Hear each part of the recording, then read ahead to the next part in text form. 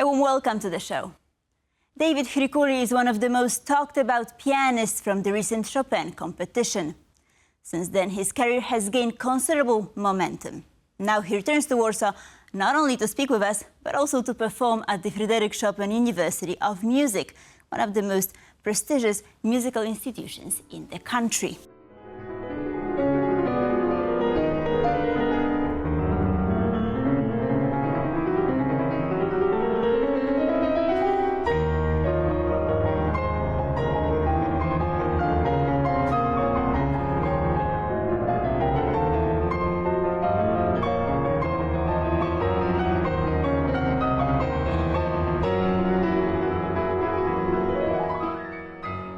Hello and welcome back, David. So great to see you yet again. Good afternoon. Thanks for having me again. So does Warsaw have a special place in your heart by now because you're here yet again? That is true. That is true. Chopin competition wrapped up a while ago. I think it's a good time to reflect. I was wondering, has your life changed in any way after the competition? Well, I have to be honest, it has changed a lot. It changed drastically, and it went to the direction that I wanted because I've got a lot of concerts recently.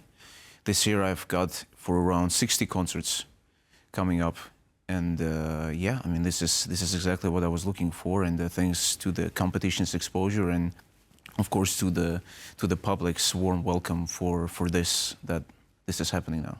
Mm-hmm. So you must be super busy, and I wanted to ask you, how does a typical day in the life of David Khrikuli look like?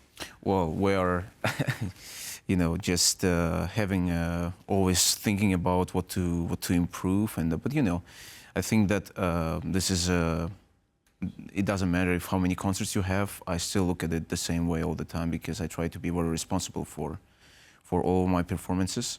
But now it has increased a lot because you have to always keep the level, you know, keep the momentum, and. But this is very exciting, and I'm very much looking forward to perform in so many concerts in so many different countries. Mm-hmm. And you describe Chopin's music in terms of beauty, pride, and love. And I was wondering, how do you translate these abstract ideas into sound? Well, I would say I don't try to think about it. You never have to think about it. You just have to feel the music. You don't have to understand it, you know.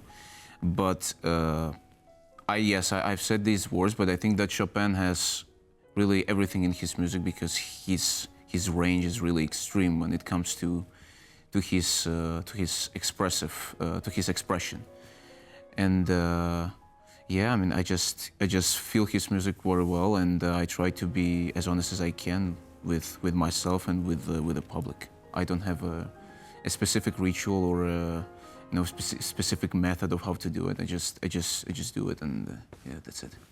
So can you explain how to keep fidelity to the score and at the same time your artistic voice, how to balance it out? Well, it's really difficult to explain because there's so many things happening. The process of our pianistic playing is really insane because you have to do a lot of things. You have to stay honest with the composer. You have to do what he wants to say, but you have to also feel the connection between you and the composer. But one of the main things that I try to do is to put myself into the position of the composer. And you know, I think that a lot of people misunderstand classical music because I think those people that were composing this music, and not only Chopin, they were just normal humans like we are, really, and they are going through the same strugglings and the same problems as we are, and you just have to understand them and feel them and be sincere. So in Outliers, his famous book, Malcolm Gladwell argued that to achieve mastery in anything, you have to spend 10,000 hours practicing.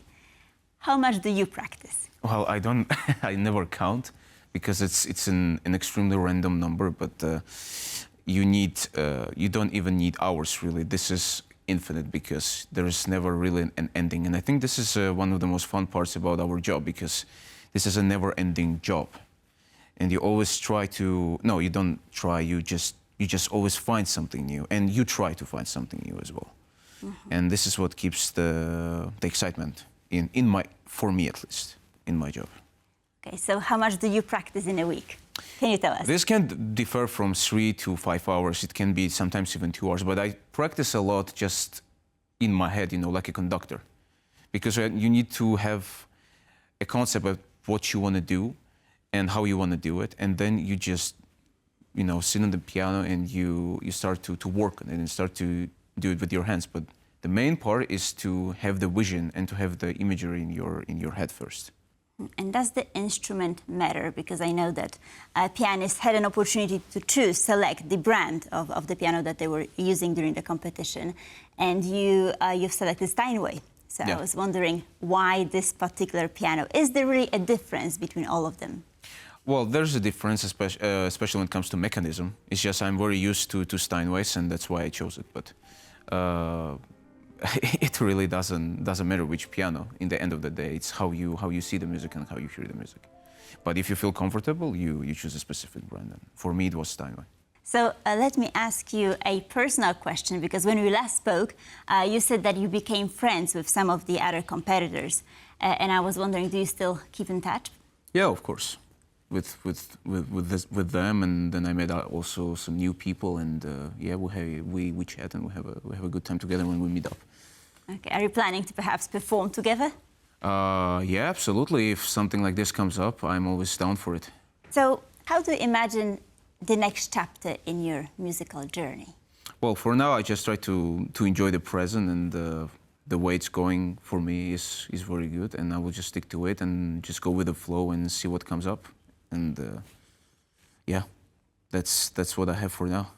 Okay. So I wanted to go back to your education, because you've studied with a number of excellent teachers and you're currently studying in Madrid. Yeah. So how important formal education is, in your view, for a pianist? Well, I think not just for a pianist, I think for every musician, the main part is to keep the authenticity of the student, because a lot of teachers tend to, you know, try to make their students play. Well, it's going to sound very banal, but it's about, a lot of teachers do it so that everybody is playing like them or on the same level, more or less. They have their kind of vision of how they want their students to sound. But I was very lucky with my teachers, because they were keeping what I had, and what I had is my own vision and my own views with classical music. But to give you the basics and the mandatory things, which is the clarity, which is you know, the basic rules of the piano playing and of the music. And you've mentioned these concerts this year, 60 concerts.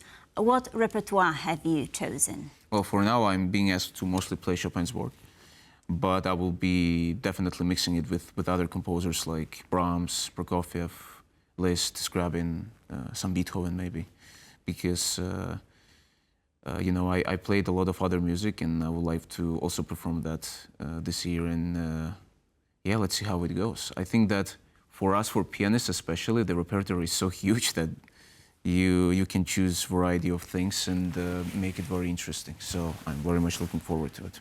And do you have particular pieces that you enjoy playing, or you would like to recommend to our viewers to listen to? You know, what's your favorite music? Well, it's extremely, for me, extremely difficult to choose one. I'm going to be performing the Chopin Sonata No. 3 in B minor, which is my favorite sonata of his and one of my favorite works of his, and it's going to be actually my first time performing it for the public. It's a monumental work of his, and I think it's worth to listen to if somebody is curious about Chopin and in general about classical music. In your free time, aside from practicing piano, what kind of music do you listen to? I listen to jazz. I love some metal as well sometimes. But recently I've been sticking a lot to classical music, actually. But yeah, I mean, I think that if music is good, it's always good, and I love all sorts of music. So these upcoming concerts, where are you going to go? Well, I will have some concerts in America, in France, in Italy, in Spain, in Poland a lot of times. And yeah, there's many to come. I'm also going to visit Asia, actually Korea and Japan for the first time. So this is also very exciting. And yeah, let's see how it goes. Some solo recitals there, and some symphonic concerts as well. And is there more pressure after, becoming so popular? I presume that, it happened because of the Chopin competition, that you gain more exposure. Or is it, easier to play now than before? Well, I would say it's a mix of both, because the competition feeling is completely different and giving concerts is a completely different feeling. But in the concerts, I feel much more freedom, of course. But when it comes to pressure, I would say you're more responsible now for everything you do, especially after, being, viewed by so many people. And yeah, but this is a good thing. Here in Poland, he became quite popular, also among the female audiences. So how does it feel? Well, it's not a bad thing, certainly. I've noticed a lot of young people visiting my concerts and being very interested in classical music, and that makes me very, very proud of this, because I would like the classical music to keep living, and it's very happy to see the young people actually getting interested. And, I was saying, I think in one of the interviews, that it's my job to popularize classical music, and I want to popularize classical music. And if I do that, even in my country, let's say, alone, I will be a happy man. Mm-hmm. Are you planning to play in Georgia anytime soon? Oh, yes, of course. There will be several concerts coming up. Lovely. So you have a busy year ahead of you. And you've mentioned that it's important to get people interested in classical music.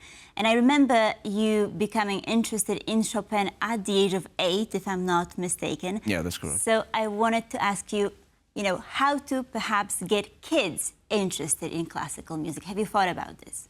Well, this is something that you have to start from early childhood, really, because this is the education. This is one of the main things how I got into the classical music, because my parents were interested in me knowing what is classical music.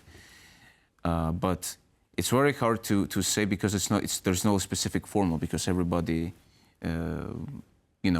is gonna react differently to it. But I guess I was born for it, because I loved to listen to music since I was a little kid, and that's what I wanted to do. But in general, I think that kids should be educated with music from the early stage. By all means. So, David, before we go, one last question. What are some of your goals for the near future? Are you planning to take part in some competitions, perhaps, or certain venues that you'd like to play in? Well, I wasn't thinking about competitions, but when it comes to concerts, I'm just going to keep doing my job and see how it goes. Maybe I will teach in the future. That will be a very nice thing to do. Doing some chamber music as well. But yeah, everything related to music, really. And yeah, let's see how it goes. David Khrikuli, thank you so much for joining us, and hopefully see you again in the near future. Thank you very much for having me. And thank you for watching Pulse of Culture. Please stay tuned for more here on TVP World.